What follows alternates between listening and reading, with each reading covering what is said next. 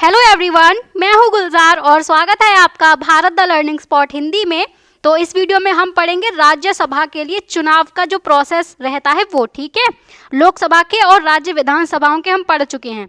तो राज्यसभा के निर्वाचित प्रत्याशियों को भी हम सांसद बोलते हैं। सांसद मतलब संसद के ही सदस्य। ठीक है, लोकसभा के सदस्य को भी हम सांसद बोलते हैं और राज्यसभा के निर्वाचित सदस्यों को भी हम सांसद ही बोलते हैं, यानी कि एमपी ही कहा जाता है दोनों को। ठीक है, और किंतु उन्हें अप्रत्यक्ष निर्वाचन के माध्यम से चुना जाता है। मतलब इनका जो इलेक्शन होता है राज्यसभा के सदस्यों का, वो होता है अप्रत्यक्ष निर्वाचन से। मतलब कि जनता डायरेक्टली नहीं चुनती है इन लोगों को। ठीक है, तो इसको समझने के लिए हम सूर्योदय वाले विद्यालय का एग्जाम्पल दोबारा से देखेंगे। कल्पना कीजिए कि विद्यालय स्तर पर एक विशेष परिषद निर्मित की जा रही है। मतलब पूरे स्कूल के लेवल पर जो सूर्योदय स्कूल था उनके लेवल पर एक परिषद, एक काउंसिल बनाई जा रही है। परिषद क्या होती है? बेसिकली जो लोगों का एक ग्रुप होती है जो एक पर्टिकुलर चीज़ के लिए काम करेंगे। ठीक है, उस पर चर्चा वगैरह होगी, तो लोगों का ग्रुप होती है परिषद। ये परिषद बनाई जा रही है और इस परिषद के सदस्य कक्षा प्रतिनिधियों द्वारा चुने जाते हैं। मतलब जो कक्षा 8 के विद्यार्थी थे उन लोगों ने अपने कक्षा प्रतिनिधि चुने थे। ठीक है, अब वो प्रतिनिधि क्या कर रहे हैं? इस परिषद के सदस्य को चुन रहे हैं, यानी कि डायरेक्टली स्टूडेंट्स नहीं चुन रहे हैं इसके सदस्य को। तो वही बोला जा रहा है कि ये अप्रत्यक्ष चुनाव है, कि विद्यार्थियों ने पहले अपने प्रतिनिधियों को चुना, फिर प्रतिनिधियों ने परिषद के सदस्यों को चुना। ठीक है, ये हो गया इनडायरेक्टली इलेक्ट करना। अब राज्यसभा के जो सदस्य होते हैं वो होते हैं 245। इंपॉर्टेंट है, ये हाईलाइट कर लेना। ठीक है, 245 में से 233 को राज्य विधानसभाओं के निर्वाचित विधायकों द्वारा चुना जाता है। इसका क्या मतलब है कि टोटल तो 245 हैं। ठीक है, और जो अलग अलग राज्यों में जो विधानसभाएं हैं उनमें जो निर्वाचित सदस्य हैं, विधायक हैं, जिनको हम एमएलए बोलते हैं, ये अलग अलग राज्यों के एमएलए जो हैं वो चुनकर भेजते हैं राज्यसभा में सदस्य। तो ये कितने चुने जाते हैं? 233 चुने जाते हैं। बचे 12, तो 12 सदस्य भारत के राष्ट्रपति द्वारा नामित होते हैं, यानी कि नॉमिनेट होते हैं। यानी कि भारत के राष्ट्रपति इन 12 लोगों के नाम जो है उसका प्रपोजल देते हैं कि इन लोगों को राज्यसभा का सदस्य बनाया जाना चाहिए। ठीक है, यानी कि सारे के सारे सदस्य निर्वाचित नहीं होते राज्यसभा में। 233 निर्वाचित होते हैं। और कैसे निर्वाचित होते हैं? एमएलएज इनको निर्वाचित करते हैं। और बाकी के 12 जो होते हैं वो नामित होते हैं, नॉमिनेटेड होते हैं। और कौन नॉमिनेट करता है? भारत के राष्ट्रपति नॉमिनेट करते हैं। ये सारे के सारे फैक्ट हैं आपके लिए। ठीक है, प्रत्येक राज्य को उसकी जनसंख्या के अनुसार राज्यसभा में सीटें अलग अलग संख्या में आवंटित हैं, अलग अलग संख्या में दी गई हैं। मतलब जैसे किसी राज्य की जनसंख्या ज़्यादा है तो उसके लिए सीट ज़्यादा होंगी, क्योंकि वहाँ से मेंबर ऑफ पार्लियामेंट एमपी जो हैं वो ज़्यादा बनेंगे ना। ठीक है, ज़्यादा जनसंख्या को रिप्रेजेंट करने वाले ज़्यादा एमपी होंगे, और जहाँ पे जनसंख्या कम होगी वहाँ पे कम एमपी होंगे। इसी वजह से जैसे कि उत्तर प्रदेश में ज़्यादा जनसंख्या है तो ये वाले राज्यों की सीटें अरुणाचल प्रदेश जैसे कम जनसंख्या वाले राज्यों की अपेक्षा ज़्यादा हैं, अधिक हैं। ठीक है, मतलब जनसंख्या का इफेक्ट यहाँ पे देखने को मिलता है। जितनी ज़्यादा जनसंख्या उतनी ज़्यादा राज्यसभा में सीटें। ठीक है, ये क्लियर हुआ। तो राज्यसभा को स्थायी सदन भी कहा जाता है। स्थायी सदन इसको क्यों कहा जाता है? क्योंकि ये परमानेंट है। यानी कि जो लोकसभा होती है ना, ये लोकसभा तो डिसॉल्व हो जाती है। डिसॉल्व मतलब लोकसभा का कार्यकाल 5 सालों का होता है। सरकार 5 साल तक चलेगी। ठीक है, जो जनता ने चुना है, और 5 साल के बाद में दोबारा से चुनाव होंगे। तो उससे पहले इस लोकसभा को भंग कर दिया जाता है, इसको डिसॉल्व कर दिया जाता है। यानी कि इसके जो भी एमपी वगैरह हैं ना जो लोकसभा में बैठे हुए हैं, वो अब नहीं बैठ पाएंगे। यहाँ पे कोई चर्चा नहीं होगी। ये लोकसभा बिल्कुल खाली रहेगी जब तक नए चुनाव नहीं हो जाते और जब तक नई सरकार नहीं बन जाती। वही होता है लोकसभा को भंग करना। लेकिन राज्यसभा के मामले में ऐसा नहीं होता। ठीक है, राज्यसभा कभी भी भंग नहीं होती है, हमेशा इसमें जो सदस्य हैं वो रहते ही रहते हैं। तो इसे कभी विघटित नहीं किया जाता। विघटित जो सदन का विघटन है वो क्या होता है? किसी सदन के कार्यकाल की समाप्ति। जैसे मैंने बताया लोकसभा का कार्यकाल 5 सालों का, तो वो समाप्त हो जाता है तो वो सदन विघटित हो जाता है।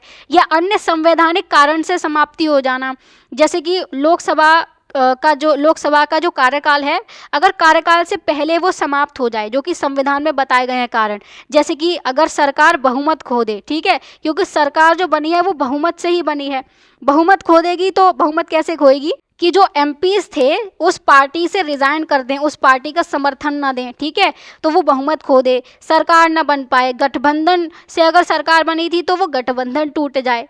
तो इन सारी वजहों से लोकसभा या कोई भी सदन जैसे कि राज्य की विधानसभा, उनकी समाप्ति हो सकती है, या फिर कार्यकाल के समाप्त होने पर उनकी समाप्ति हो जाती है, वही होता है विघटन होना, ठीक है। लेकिन राज्यसभा विघटित नहीं होती है, कभी भी नहीं होती, हमेशा याद रखना। अब इसका ये मतलब नहीं है कि यहाँ पे सारे के सारे सदस्य हमेशा सेम बने रहेंगे।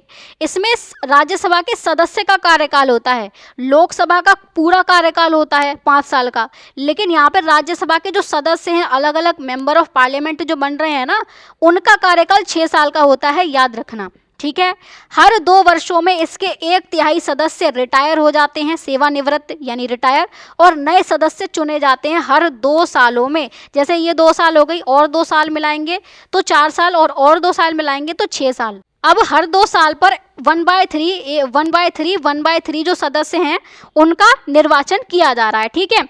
तो जैसे ये जो 1/3 सदस्य थे, ये 2 साल आगे बढ़े, ये यहाँ पे आ गए, ठीक है, और यहाँ पे जो 1/3 सदस्य पहले से बैठे हुए थे, जिनकी 4 साल कंप्लीट हो गई थी, वो 2 साल और आगे चले जाएंगे, तो अब वो 6ठी साल में अपने आ गए, ठीक है। यहाँ पे जगह खाली हो गई, यहाँ पे अब कोई नहीं है ना, तो अब जैसे ही ये जगह खाली हो जाएगी तो यहाँ पे इनके चुनाव करवा लिए जाएंगे, ठीक है। और साथ ही साथ इन वालों का जो है वो 6 साल का टाइम पीरियड जैसे ही पूरा हो जाएगा, ये लोग रिटायर हो जाएंगे। अब रिटायर हो गए तो अगेन यहाँ से ये आगे चले जाएंगे, ये अपना कार्यकाल आगे बढ़ाएंगे, फिर इनका 6 साल का पूरा होगा, ये इनका 4 साल का हो पाएगा, फिर ये जगह खाली हो जाएगी, फिर यहाँ पे निर्वाचन होंगे। तो वही चीज़ है कि हर 2 सालों में यहाँ पे चुनाव होते हैं, ठीक है, मतलब सदस्य चुने जाते हैं। और कैसे चुने जाते हैं? इनडायरेक्ट तरीके से, अप्रत्यक्ष चुनाव यहाँ पे होता है। तो सारे इंपॉर्टेंट पॉइंट हैं कि राज्यसभा स्थायी सदन है, कभी भी विघटित नहीं होता है, और सदस्य का कार्यकाल 6 साल का होता है, और हर 2 सालों में 1/3 सदस्य, कितने सदस्य? सारे नहीं, 1/3 सदस्य ही रिटायर होते हैं और फिर नए सदस्य चुने जाते हैं, ठीक है।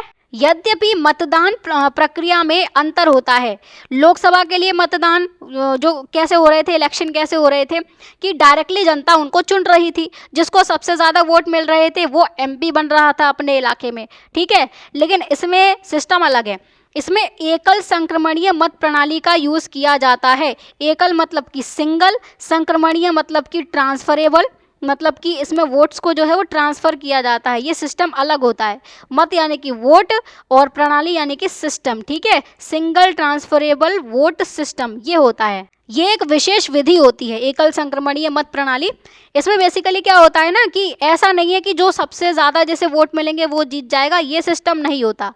इसमें जो एमएलएज हैं वो अपने प्रेफरेंस देते हैं, अपनी प्राथमिकता देते हैं। जैसे ये 3-4 लोग, जैसे 4 लोग ABCD जो हैं वो चुनाव में खड़े हुए, ठीक है, तो ये एक एमएलए क्या करेगा, इन चारों को अपनी अपनी प्रेफरेंस देगा। जैसे उसे लगा कि A मेरी पहली प्रेफरेंस है, B मेरी दूसरी है, C तीसरी है, D चौथी है, ठीक उसी तरीके से जैसे अगर किसी इंसान की पहली प्रेफरेंस है चाय, चाय अगर मिल जाए तो मज़ा आ जाए, ठीक है। लेकिन अगर चाय अवेलेबल नहीं है तो अगर कॉफ़ी उसको मिल जाए तो वो उसकी सेकंड प्रेफरेंस है, ठीक है। तो वो चीज़ वहाँ पे उसी तरीके से यहाँ पे लागू होता है कि पहली प्रेफरेंस तो A है, अगर A बने तो सोने पे सुहागा, ठीक है, A जीते तो।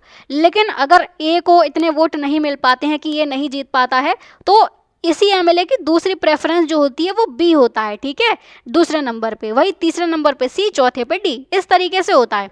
इसके अलावा आप ज़्यादा डीप में मत जाओ, क्योंकि ये मैंने सिर्फ आपको ऊपर ऊपर से बताया है, क्योंकि नाम में है ना ट्रांसफरेबल वोट होता है, ठीक है। इसका वोट यहाँ पे ट्रांसफ़र हो जाता है, इसका यहाँ पे ट्रांसफ़र हो जाता है, अलग सिस्टम है, ये थोड़ा सा कॉम्प्लेक्स सिस्टम है। जो हारेगा उसके वोटों को और बाकी के कैंडिडेट्स में ट्रांसफ़र कर दिया जाता है, तो अभी हम उसमें नहीं जा रहे हैं, ठीक है। तो इससे यह सुनिश्चित किया जाता है कि छोटे राज्यों को भी राज्यसभा में समुचित प्रतिनिधित्व मिले, ठीक है, ठीक ठाक उनको प्रतिनिधित्व मिल जाए राज्यसभा में, क्योंकि छोटे राज्यों की पॉपुलेशन कम है, तो वहाँ से भी MP जो हैं वो लोग खुद चुन सकें, इसीलिए ये वाली व्यवस्था ज़रूरी रहती है, ठीक है। बाकी सारे के सारे राज्यों की जितनी भी सीट हैं वो सब पहले से ही संविधान में बताई गई हैं, फिक्स सीट हैं राज्यसभा के लिए, ठीक है। लेकिन इस व्यवस्था के माध्यम से वहाँ के खुद के लोग, खुद के एमएलए जो होते हैं वो चुनकर राज्यसभा में अपना सदस्य भेजते हैं। इसीलिए इनकी राज्यसभा में ठीक से प्रतिनिधित्व हो जाए, ठीक से इनकी भागीदारी हो, ये चीज़ सुनिश्चित करती है एकल संक्रमणीय मत प्रणाली या फिर ये राज्यसभा का जो सिस्टम है, ठीक है। आप इस कार्य प्रणाली के बारे में विस्तार से उच्च कक्षाओं में सीखेंगे, तो वहाँ पे आप जो है वो इसको डीप में समझोगे। बाकी राज्यसभा को बोलते हैं हम राज्यों की परिषद, यानी कि काउंसिल ऑफ स्टेट्स, ठीक है। मतलब कि राज्यों की सभा है ये, इसमें राज्यों का जो है वो उसकी भागीदारी होगी। हर राज्य अपने अपने लोगों को यहाँ पे भेजेगा, उनको चुनकर भेजेगा और वो लोग यहाँ पे बैठेंगे, तो उनका एक समूह है ये, इसीलिए इसको हम राज्यों की परिषद बोलते हैं, ठीक है। बाकी विधायक और भारत का राष्ट्रपति, विधायक जो है वो अप्रत्यक्ष निर्वाचन में मतदान करते हैं, क्योंकि हमने विधायक को चुना होता है और विधायक इनडायरेक्टली इलेक्शन करते हैं, ठीक है। 233 राज्यसभा के सदस्यों का चुनाव यही लोग करते हैं। बाकी के जो 12 होते हैं उनको राष्ट्रपति नामित करते हैं, ठीक है। राज्यसभा के सदस्य अप्रत्यक्ष चुनाव के माध्यम से विधायकों द्वारा निर्वाचित होते हैं। ये सब इंपॉर्टेंट बातें हैं, याद रखनी है आपको। जबकि राष्ट्रपति 12 प्रतिष्ठित व्यक्तियों को नामित करता है, ठीक है। ये ऐसे वैसे व्यक्ति नहीं होते, ये प्रतिष्ठित व्यक्ति होते हैं, किसी फील्ड में जो है वो माहिर होते हैं, जैसे साहित्य में, साइंस में, ऐसी फील्ड में, ठीक है। उसके बाद में राज्यसभा एक स्थायी सदन है। 1/3 सदस्य हर 2 साल में रिटायर होते हैं, जिसके कारण इसकी निरंतरता बनी रहती है, कभी भी ये सदन खाली नहीं होता है। हर 2 साल में सदस्य 1/3 रिटायर हो जाते हैं और फिर तभी के तभी उनके इलेक्शन भी करवा लिए जाते हैं, ठीक है।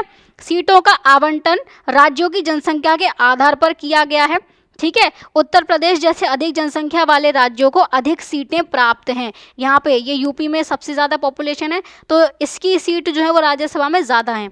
यहीं पे ये जो अरुणाचल प्रदेश स्टेट है ये वाला, ठीक है, तो इसमें कम जनसंख्या है, तो यहाँ की सीटें कम है राज्यसभा के लिए, ओके। अब विधायक एकल संक्रमणीय मत प्रणाली का उपयोग करते हुए मतदान करते हैं, जिसमें वे प्रत्याशियों को वरीयता के अनुसार क्रम देते हैं। जैसा मैंने बताया ना, अपनी वरीयता, अपना प्रेफरेंस देते हैं वो। ये आपको यहाँ पे दिख रहा होगा, पहला प्रेफरेंस उन्होंने उम्मीदवार सी को दिया है, दूसरा दिया है उम्मीदवार बी को, तीसरा दिया है डी को और चौथा ए को दिया है। तो इस प्रणाली का बस आपको नाम याद रखना है कि एकल संक्रमणीय मत प्रणाली जो है, इसका इस्तेमाल करके राज्यसभा के सदस्यों को चुना जाता है, ठीक है। प्रणाली का नाम याद रखना आप, ओके। अब आगे देखो, भारत के राष्ट्रपति का चुनाव कैसे होता है वो जानेंगे अब। तो भारत के राष्ट्रपति का चुनाव आम जनता द्वारा प्रत्यक्ष रूप से नहीं किया जाता है। क्वेश्चन ये बने कि क्या भारत के राष्ट्रपति को आम जनता प्रत्यक्ष रूप से चुनती है, तो गलत हो जाएगा वो, ठीक है। अपितु एक निर्वाचक मंडल का गठन करके चुनाव संपन्न होता है। क्या बनाया जाता है? निर्वाचक मंडल बनाया जाता है। मंडल यानी कि एक ग्रुप टाइप से बनाया जाता है, ठीक है। ये कुछ एक विशेष लोगों का समूह होता है, ठीक है, एक ग्रुप होता है। वो सारे के सारे लोग क्या करेंगे, वो किसी बड़े पद के लिए वोट डालेंगे। जैसे कि भारत के राष्ट्रपति के लिए यहाँ पे वोट डालने का अधिकार उनको दिया गया है, ठीक है। तो ये निर्वाचक मंडल है, एक तरीके से ग्रुप है। अब इस ग्रुप में कौन कौन शामिल होगा वो आपको याद रखना है। संसद के दोनों सदनों के सदस्य, मतलब लोकसभा के भी सदस्य और राज्यसभा के भी सदस्य, ठीक है। लोकसभा और राज्यसभा के निर्वाचित सदस्य ही आएंगे। जो राज्यसभा के मनोनीत सदस्य हैं ना, जो 12 मनोनीत हैं, वो लोग इसमें पार्ट नहीं ले सकते, ठीक है। आगे, भारत के प्रत्येक राज्य तथा दिल्ली और पुदुचेरी के केंद्रीय और संघ शासित प्रदेशों की विधानसभाओं के सदस्य। देखो, भारत के हर राज्य में विधानसभा है, ठीक है, इसीलिए हर राज्य की बात यहाँ पे बोली जा रही है। और दिल्ली और पुदुचेरी क्या है, ये हमारी यूनियन टेरिटरी हैं, केंद्र शासित प्रदेश हैं। और ऐसी यूनियन टेरिटरी हैं जिनके पास में अपनी खुद की विधानसभा है, क्योंकि केंद्र शासित प्रदेश में विधानसभा वगैरह नहीं होती, क्योंकि जो सेंटर गवर्नमेंट है, सेंट्रल गवर्नमेंट जो केंद्र सरकार है, वही यहाँ पे डायरेक्ट रूल करती है, डायरेक्ट अपना शासन चलाती है, ठीक है। तो यहाँ पे सीएम वगैरह नहीं होते। लेकिन दिल्ली में और पुडुचेरी में अपनी खुद की विधानसभाएं हैं। यहाँ पे एक स्पेशल केस हमें देखने को मिलता है, तो यहाँ के खुद के चीफ मिनिस्टर होते हैं। इसके अलावा रिसेंट में जम्मू एंड कश्मीर को भी जम्मू एंड कश्मीर के पास में भी विधानसभा दी गई है, ठीक है। तो जम्मू एंड कश्मीर को जो है वो 2019 में ये यूटी वाला स्टेटस दिया गया था, केंद्र शासित प्रदेश वाला, ठीक है। लेकिन इसको अभी क्यों शामिल नहीं किया गया है? क्योंकि इसको शामिल करने के लिए, किसमें, प्रेसिडेंट के इलेक्शन में शामिल करने के लिए संविधान में बदलाव करना होगा, जो कि एक बहुत लंबा प्रोसेस है। इसीलिए अभी तक जम्मू एंड कश्मीर को इसमें नहीं जोड़ा गया है, लेकिन दिल्ली और पुदुचेरी पहले से ही हैं, इसीलिए इनकी विधानसभाओं के सदस्य इसमें भाग लेते हैं। ठीक है, आपको कितना याद रखना है कि भारत के राष्ट्रपति के चुनाव के लिए निर्वाचक मंडल बनाया जाता है। उस निर्वाचक मंडल में कौन कौन होते हैं? संसद के दोनों सदनों के सदस्य होते हैं, लेकिन सिर्फ निर्वाचित, ठीक है, जो इलेक्ट किए गए हैं। और भारत के हर एक राज्य की विधानसभाओं के सदस्य होते हैं, प्लस दिल्ली और पुदुचेरी जो यूनियन टेरिटरीज हैं उनकी विधानसभाओं के सदस्य होते हैं। समझ गए? अब आगे चलते हैं। इस चुनाव में एकल संक्रमणीय मत प्रणाली का पालन किया जाता है, वही जो अभी हमने देखी, जिससे राज्यसभा के जो मेंबर्स हैं वो चुने जाते हैं, वही प्रणाली यहाँ पे भी लगाई जाती है। चूंकि राष्ट्रपति पूरे देश का प्रतिनिधित्व करते हैं, इसलिए यह पद्धति केंद्र और राज्य दोनों सरकारों का सहयोग लेती है। ठीक है, इसमें केंद्र के लोग भी और राज्य के लोग भी शामिल होते हैं। जैसे यहाँ पे संसद के दोनों सदन हैं, तो ये तो केंद्र के लेवल पर हो गया, लेकिन राज्यों को भी तो ध्यान में रखना होगा, तो ये वाला पॉइंट राज्यों के लिए है। ठीक है, क्योंकि पूरे देश का प्रतिनिधित्व कर रहे हैं राष्ट्रपति, केंद्र का नहीं कर रहे सिर्फ। ठीक है, मतदान और मतगणना के नियम बहुत विस्तृत हैं, काफ़ी बड़े हैं। मतदान मतलब जब वोटिंग चल रही है, और जब वोट कैलकुलेट किया जा रहा है वो मतगणना हो गई। अधिक जनसंख्या वाले राज्यों की भूमिका यहाँ पे महत्वपूर्ण होती है, जिनकी जनसंख्या ज़्यादा, और उनकी भूमिका यहाँ पे ज़्यादा होगी, उनका रोल यहाँ पे ज़्यादा होगा। ठीक है, इस स्तर पर हमें विस्तार में जानने की आवश्यकता नहीं है फिलहाल। आगे चलते हैं। भारत के राष्ट्रपति के निर्वाचन में निम्नलिखित समूह सम्मिलित नहीं होते। ठीक है, तो पहली बात, तो पहला क्वेश्चन ये बन सकता है कि कौन कौन सम्मिलित होते हैं निर्वाचक मंडल में। तो सम्मिलित वाले तो ये हो गए ऊपर वाले। ठीक है, जो सम्मिलित नहीं होते, जो इस वोटिंग में पार्ट नहीं लेंगे, वो होते हैं राज्यसभा के मनोनीत सदस्य, जो कि 12 होते हैं। ठीक है, क्योंकि प्रेसिडेंट ही तो इनको चुनते हैं, राष्ट्रपति खुद चुनते हैं, इनको खुद नॉमिनेट करते हैं, इसीलिए ये लोग नहीं होंगे। ठीक है, क्योंकि ये लोग फिर निष्पक्ष नहीं रह पाएंगे। और राज्य विधानसभाओं के मनोनीत सदस्य भी इसमें नहीं होते। ठीक है, मतलब इलेक्टेड सदस्य ही पार्ट ले सकते हैं, नॉमिनेटेड नहीं ले सकते पार्ट।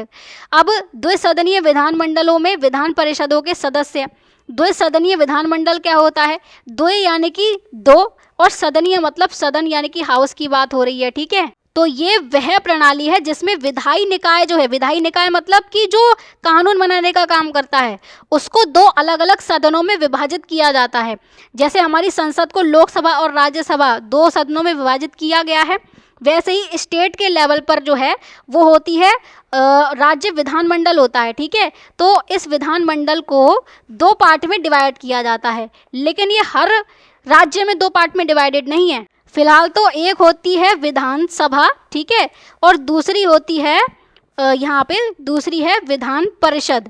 ठीक वैसे ही जैसे लोकसभा और राज्यसभा है। ठीक है, तो ये यहाँ पे तो जनता द्वारा चुने गए प्रतिनिधि बैठते हैं डायरेक्टली, और विधान परिषद ये अलग चीज़ होती है, यहाँ पे इनडायरेक्ट इलेक्शन ही होते हैं। ठीक है, तो हर स्टेट में ये विधान परिषद नहीं है, ये विधान परिषद सिर्फ और सिर्फ 6 राज्यों में ही है, जैसे उत्तर प्रदेश, बिहार, महाराष्ट्र, कर्नाटक, आंध्र प्रदेश, तेलंगाना, सिर्फ इन्हीं में ही है। लेकिन हर राज्य में विधानसभा ज़रूर है। ठीक है, जहाँ पे जनता अपने प्रतिनिधि को चुनकर भेजती है।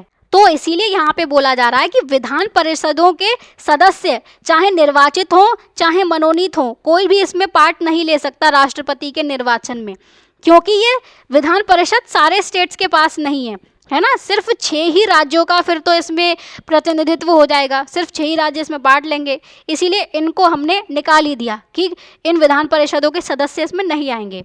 केंद्र शासित प्रदेशों दिल्ली और पुदुचेरी की विधानसभाओं के मनोनीत सदस्य भी इसमें नहीं आ सकते, नॉमिनेटेड मेंबर तो आएंगे ही नहीं। ठीक है, तो ये सारे वो हैं जो भारत के राष्ट्रपति के निर्वाचन में शामिल नहीं होते। अब आपके विचार से उपरोक्त समूह भारत के राष्ट्रपति के निर्वाचन में क्यों सम्मिलित नहीं होते? आम जनता राष्ट्रपति के निर्वाचन में क्यों सम्मिलित नहीं होती है, ये हमारे सामने क्वेश्चन है। तो ये आंसर है आपके सामने कि मनोनीत सदस्य और विधान परिषद के सदस्य क्यों शामिल नहीं होते इसमें। तो पहली बात तो निष्पक्षता बनाए रखने के लिए मनोनीत सदस्यों को खुद राष्ट्रपति द्वारा चुना जाता है। अगर वे राष्ट्रपति के चुनाव में वोट देंगे तो वो निष्पक्ष यानी कि फेयर होकर वोट नहीं दे पाएंगे, है ना। वो लोग इस लालच में वोट दे सकते हैं कि हमें जो है ये राष्ट्रपति फिर चुन लेंगे, तो उसी हिसाब से वो पक्षपात कर सकते हैं, इसीलिए इनको हटा ही दिया जाता है यहाँ से। जनता की पसंद का सम्मान किया जाता है। राष्ट्रपति देश का सबसे बड़ा पद है, इसीलिए उन्हें चुनने का हक केवल उन्हीं प्रतिनिधियों को दिया गया है जो कि सांसद हैं, विधायक जो हैं, ठीक है, जिन्हें जनता ने खुद वोट देकर चुना है, ना कि ऐसे लोग हों जिनको सिर्फ नियुक्त कर दिया गया हो। तो जनता के द्वारा चुने गए प्रतिनिधियों द्वारा राष्ट्रपति को चुना जाता है, ठीक है। फिर विधान परिषद की स्थिति यहाँ पे क्या है कि विधान परिषद सभी राज्यों में मौजूद है ही नहीं, केवल 6 ही राज्यों में है। और यदि विधान परिषद के सदस्यों को वोट देने का अधिकार दिया जाता तो उन 6 राज्यों का प्रतिनिधित्व अन्य राज्यों की तुलना में अनुचित रूप से बढ़ जाता, बहुत ज़्यादा बढ़ जाता। इन 6 राज्यों की भागीदारी से राष्ट्रपति के चुनाव जो है वो डिसाइड होते फिर, है ना। तो बाकी राज्यों के साथ में पक्षपात होता ना ये, इसीलिए इनको भी हटा दिया गया इसमें से। फिर ये सवाल है कि आम जनता सीधे राष्ट्रपति का चुनाव क्यों नहीं करती है। तो पहली बात तो संसदीय शासन प्रणाली है हमारे भारत में, मतलब संसद का शासन है। भारत में वास्तविक कार्यकारी शक्तियाँ किसके पास में है? प्रधानमंत्री और उनकी मंत्री परिषद के पास में, मतलब जो मंत्रियों का समूह होता है, ग्रुप होता है, उनके पास में है वास्तविक कार्यकारी शक्तियाँ। मतलब पूरे देश का प्रशासन जो चलाते हैं वो यही लोग चलाते हैं। और जो राष्ट्रपति हैं वो देश के संवैधानिक और औपचारिक प्रमुख होते हैं, सिर्फ नाम मात्र के लिए प्रमुख हैं ये, और संविधान के हिसाब से प्रमुख हैं। तो इसीलिए राष्ट्रपति का चुनाव प्रत्यक्ष रूप से जनता द्वारा कराने की आवश्यकता नहीं समझी गई कि एक औपचारिक पद के लिए इतना सारा खर्चा वगैरह ना किया जाए तो सही है, ठीक है। और अप्रत्यक्ष लेकिन वास्तविक प्रतिनिधित्व होता है। तो जनता पहले अपने अपने क्षेत्रों से सांसद चुनती है, सांसद एमपी जो है ना, मेंबर ऑफ पार्लियामेंट, विधायक एमएलए जो है, member of legislative assembly, state के लेवल पर, इनको चुनकर भेजती है। जब ये निर्वाचित प्रतिनिधि राष्ट्रपति का चुनाव करते हैं तो राष्ट्रपति के निर्वाचन में जनता की इच्छा और प्रतिनिधित्व अप्रत्यक्ष रूप से शामिल हो जाते हैं, क्योंकि जनता ने तो इन लोगों को चुन लिया है ना, कोई भी एरा गैरा जाके तो राष्ट्रपति को चुन नहीं रहा है। इसीलिए अब समय और सरकारी धन की बचत यहाँ पे हो जाती है। पूरे देश में प्रत्यक्ष चुनाव कराने की तुलना में अप्रत्यक्ष निर्वाचन में समय और सरकारी धन की कम आवश्यकता होती है। और अगर पूरे देश के लेवल पर राष्ट्रपति के भी चुनाव करवाए जाएंगे तो बहुत ज़्यादा खर्चा इसमें लगेगा, वो खर्चे की बचत की जाए, इसीलिए जो आम जनता है वो राष्ट्रपति के चुनाव में भाग नहीं लेती, ठीक है। तो ये बातें हो गई, इस सवाल का जवाब हो गया। अब ऐसा इसलिए है क्योंकि इससे यह सुनिश्चित होता है कि केवल प्रत्यक्ष रूप से निर्वाचित प्रतिनिधि ही राष्ट्रपति के निर्वाचन में मतदान करें, जो कि डायरेक्टली जनता ने इलेक्ट करे हैं। ऐसे प्रतिनिधि को ही हक होना चाहिए राष्ट्रपति के निर्वाचन में। इससे लोकतांत्रिक रूप बना रहता है, क्योंकि राष्ट्रपति को जनता की इच्छा का प्रतिनिधि माना जाता है। क्यों माना जाता है? क्योंकि जनता ने जो है वो अपने एमपी और एमएलए को चुना है, ठीक है, वो जनता की इच्छा थी, और उन लोगों ने राष्ट्रपति को चुना है, तो इनडायरेक्टली अप्रत्यक्ष रूप से वो जनता का ही प्रतिनिधि माने जा रहे हैं राष्ट्रपति, लेकिन सार्थक रूप से। सार्थक मतलब कि मीनिंगफुल रूप से, इम्पॉर्टेंट तरीके से ये माने जा रहे हैं, ठीक है। राष्ट्रपति क्या है? जनता की इच्छा का ही प्रतिनिधि हैं। क्लियर हुआ? अब ये हो गए भारत के राष्ट्रपति के चुनाव की बात। अब बात करेंगे भारत के उपराष्ट्रपति के चुनाव की बात, ठीक है। ये 2 लाइन का ही है बस। तो भारत के उपराष्ट्रपति का चुनाव एक निर्वाचन मंडल द्वारा ही किया जाता है। अब देखो यहाँ पे कंफ्यूज मत होना, भारत के राष्ट्रपति का निर्वाचक मंडल अलग है और उपराष्ट्रपति का निर्वाचक मंडल अलग है, ठीक है। उपराष्ट्रपति के निर्वाचन मंडल में कौन होते हैं? इसमें संसद के दोनों सदनों के, लोकसभा और राज्यसभा दोनों के निर्वाचित सदस्य भी होते हैं और मनोनीत सदस्य भी सम्मिलित होते हैं। ये एक यहाँ पे डिफरेंस है कि राष्ट्रपति के निर्वाचक मंडल में दोनों सदनों के सदस्य तो थे, लेकिन सिर्फ और सिर्फ निर्वाचित, मनोनीत नहीं थे, ये नहीं थे। लेकिन उपराष्ट्रपति में मनोनीत सदस्य भी चुनाव जो निर्वाचन है उसमें भाग लेंगे, ठीक है, ये हुआ। और दूसरी बात कि यहाँ पे विधानसभाओं के सदस्य भी राष्ट्रपति का चुनाव कर रहे थे, लेकिन उपराष्ट्रपति में विधानसभाओं के सदस्य नहीं हैं। तो सिर्फ एक सीधी सी लाइन है कि इसमें संसद के दोनों सदनों के सारे सदस्य शामिल होते हैं, बस, और कोई शामिल नहीं है। और यहाँ पे भी एकल संक्रमणीय मत प्रणाली का ही उपयोग किया जाता है, याद रखना। उपराष्ट्रपति को किस प्रणाली से चुना जाता है, तो एकल संक्रमणीय मत प्रणाली। ओके, उपराष्ट्रपति जो है वो राज्यसभा के सभापति होते हैं। सभापति मतलब कि चेयरमैन, जो अध्यक्ष होते हैं ना वो, ठीक है। पूरे राज्यसभा का काम वगैरह कैसे देखा जाएगा, लोगों को बोलने का मौका देना और व्यवस्था बनाकर रखना, वो सब इन्हीं का ही काम होता है। तो हमेशा याद रखना कि उपराष्ट्रपति राज्यसभा के सभापति होते हैं, ठीक है। और अगर कभी ऐसी परिस्थितियां उत्पन्न होती हैं कि राष्ट्रपति अपने कर्तव्यों का निर्वहन न कर सकें, अगर राष्ट्रपति की डेथ वगैरह हो जाती है या कोई भी बात हो जाती है जिससे राष्ट्रपति का पद खाली है, तो फिर उपराष्ट्रपति जो होते हैं वो यह भूमिका निभाते हैं, वो राष्ट्रपति का काम करते हैं फिर, ठीक है। और जब तक नए राष्ट्रपति को नहीं चुन लिया जाता तब तक उपराष्ट्रपति ही राष्ट्रपति के रूप में काम करते हैं। तो ये भी इम्पॉर्टेंट फैक्ट है आपके लिए, ठीक है। अब लास्ट टॉपिक है चुनौतियां और आगे का मार्ग क्या है। तो भारत की निर्वाचन प्रणाली को विश्व के सबसे बड़े लोकतंत्र के रूप में मान्यता प्राप्त है, क्योंकि हमारे देश में सबसे ज़्यादा जनसंख्या है। किंतु सभी प्रणालियों की तरह यह भी अपनी कुछ चुनौतियों का सामना करती है, मतलब इसमें भी कुछ कमियां हैं, कुछ चैलेंजेस हैं, ठीक है। चुनावों में धन का बढ़ता प्रभाव कि जो कैंडिडेट्स होते हैं वो बहुत ज़्यादा पैसा बहाते हैं चुनावों में, है ना। लोगों को फ्री में बहुत सारी चीज़ें बांटते हैं, पैसे बांटते हैं, तो धन का प्रभाव देखने को मिल रहा है। आपराधिक पृष्ठभूमि वाले प्रत्याशियों की उल्लेखनीय संख्या, मतलब ऐसे लोग, ऐसे कैंडिडेट भी इलेक्शन में खड़े हो जाते हैं जो कि क्रिमिनल थे, आपराधिक बैकग्राउंड है उनका, क्रिमिनल बैकग्राउंड है, ऐसे भी खड़े हो जाते हैं और उनको चुना भी जाता है, इलेक्शन वो जीत भी जाते हैं, ठीक है। तो ये एक चुनौती है हमारे सामने। मतदाताओं की उदासीनता एक सबसे ज़्यादा बड़ी चुनौती है। उदासीनता मतलब कि बिल्कुल जो वोट ही नहीं देते जाके, जिनको ये इम्पोर्टेंस ही नहीं पता कि हमारे एक एक वोट से क्या हो जाना है, ठीक है, तो वो उदासीन रहते हैं। और विशेषकर ये शहरी क्षेत्रों में देखने को मिलता है, जबकि हम क्या बोलते हैं कि शहरी क्षेत्रों में तो पढ़े लिखे लोग होते हैं, लेकिन यही पढ़े लिखे लोगों को यही लगता है कि हमारे वोट से कुछ नहीं होने वाला।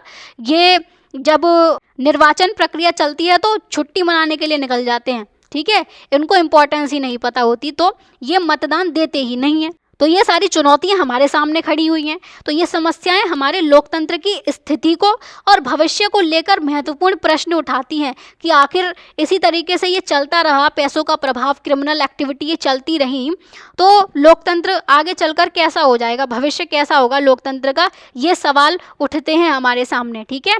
तो चुनावों के जो निर्वाचन प्रणाली है उसके सामने, मतलब हमारे सामने क्या क्या चुनौतियां हैं, याद रखना। धन का प्रभाव है, आपराधिक पृष्ठभूमि वाले प्रत्याशी हैं और मतदाताओं की उदासीनता है, याद रखना, ठीक है। आगे बढ़ने का मार्ग मतलब वे फॉरवर्ड क्या है, इसका सॉल्यूशन क्या है बेसिकली, ठीक है। तो सॉल्यूशन इसमें है कि मतदाताओं को, वोटर्स को उस जानकारी से सशक्त करने में निहित है जिसकी उन्हें विचारशील और उत्तरदायी चुनाव करने के लिए आवश्यकता होती है। मतलब वोटर्स तक हमें ऐसी इन्फॉर्मेशन पहुंचानी होगी जिससे वो अच्छे से सोच विचार करके चुनाव में भाग ले सकें, उत्तरदायी तरीके से चुनाव में भाग ले सकें, वो सही कैंडिडेट को चुन सकें। ये जानकारी उन तक होनी चाहिए, इसमें उन्हें सशक्त बनाना चाहिए, ठीक है। मीडिया, शिक्षा और जागरूकता अभियानों को मिलकर लोगों, विशेषकर युवाओं को समझाने में सहयोग करना चाहिए। मीडिया जैसे कि न्यूज़पेपर वगैरह, टीवी पर जो न्यूज़ चैनल्स होते हैं वो सब हो गए, ठीक है। एजुकेशन, जैसे कि आप सब लोग एजुकेशन ले रहे हो तो आप लोग जागरूक बनोगे, है ना, इस चीज़ की इम्पोर्टेंस समझोगे। और जागरूकता अभियान, कैंपेन्स भी चलाई जाती हैं लोगों तक इन्फॉर्मेशन पहुंचाने के लिए। ये सब मिलकर हमारे युवाओं को भी समझाने में इम्पॉर्टेंट रोल प्ले कर सकते हैं, ठीक है, क्योंकि युवाओं की संख्या फिलहाल में सबसे ज़्यादा है प्रेजेंट टाइम में, कि सोच समझकर मतदान करना क्यों महत्वपूर्ण है, इन तक हमें ये इन्फॉर्मेशन पहुंचानी होगी। एक जागरूक और सतर्क मतदाता लोकतांत्रिक प्रणाली की सबसे शक्तिशाली सुरक्षा है। मतलब अगर कोई लोकतंत्र को बचा सकता है, कोई जो सबसे शक्तिशाली सुरक्षा है, तो वो हम ही वोटर्स हैं, जो एक जागरूक होना चाहिए और सतर्क होना चाहिए कि उसके आसपास में क्या चल रहा है, क्या गलत हो रहा है, क्या सही हो रहा है, ठीक है। कौन सा कैंडिडेट है वो हमारे लिए क्या कर सकता है, क्या वो विकास कर सकता है, ये सारी चीज़ें पता होनी चाहिए। उनसे हमें सही प्रश्न पूछना शुरू करने चाहिए, ठीक है। तो ये जो सुरक्षा है वो सही प्रश्न पूछने से आरंभ होती है और उत्तरदायी मतदान करने पर समाप्त होती है। हम उनसे प्रश्न पूछें कि तुम हमारे लिए क्या करोगे, तुम शिक्षा के लिए क्या काम करोगे, तुम स्वास्थ्य के लिए क्या काम करोगे, ये सारे क्वेश्चन उनसे पूछे जाएं और तब जाकर सोच विचार करके रिस्पॉन्सिबल तरीके से वोट दिया जाए उन लोगों को, ठीक है।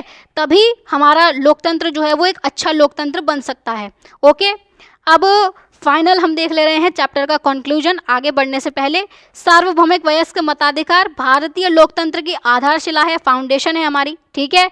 मतदान का अधिकार एक दायित्व भी है, मतलब ये हमारा अधिकार भी है और हमारी रिस्पॉन्सिबिलिटी भी है कि हम सही इंसान को चुनें। प्रत्येक मतदाता को इसे गंभीरता से लेना चाहिए। मतदाता जागरूकता मतदान के अधिकार का एक महत्वपूर्ण पक्ष है कि अगर आप अपने अधिकार का इस्तेमाल कर रहे हो तो आप जागरूक भी होने चाहिए कि क्या सही है क्या गलत है, ठीक है। सभी मतदाताओं की भागीदारी को सुगम बनाना आवश्यक है, जिसके लिए हमारा भारत निर्वाचन आयोग काफ़ी सारे काम करता है। तो भारत निर्वाचन आयोग देश में चुनाव कराने वाला संवैधानिक निकाय है, मतलब इसके बारे में हमारे संविधान में बताया गया है, ठीक है। भारत निर्वाचन आयोग देश में सभी चुनावों की देखरेख करता है, जिनमें राष्ट्रपति के भी चुनाव हैं और उपराष्ट्रपति के भी चुनाव आते हैं, लोकसभा के भी चुनाव इसी में आते हैं, ठीक है। भारतीय लोकतंत्र ऐसी चुनौतियों का सामना कर रहा है जो मतदाताओं की सतर्कता और जागरूकता की मांग करता है, और जब वोटर्स सतर्क होंगे, जागरूक होंगे, तब ही हमारा लोकतंत्र एक अच्छा लोकतंत्र बन पाएगा, ठीक है। तो ये हुआ पूरा का पूरा चैप्टर फिनिश। यहाँ इसी के साथ में आपका चैप्टर नंबर 5 जो है वो कंप्लीट होता है और नेक्स्ट वीडियो से हम लोग चैप्टर 6 को पढ़ेंगे, ठीक है। जो संसदीय प्रणाली है, विधायिका और कार्यपालिका, उसके बारे में स्टार्ट करेंगे। बाकी वीडियो अगर आपको अच्छी लगी हो तो वीडियो को लाइक कर देना, शेयर कर देना, और अगर कहीं पर भी कोई भी डाउट हुआ हो तो उसको कॉमेंट्स में आप मेंशन कर देना, ठीक है। बाकी चैनल को भी सब्सक्राइब करके रख लेना। तो चलिए फिर मिलते हैं अगली वीडियो में। Till then take care and keep learning.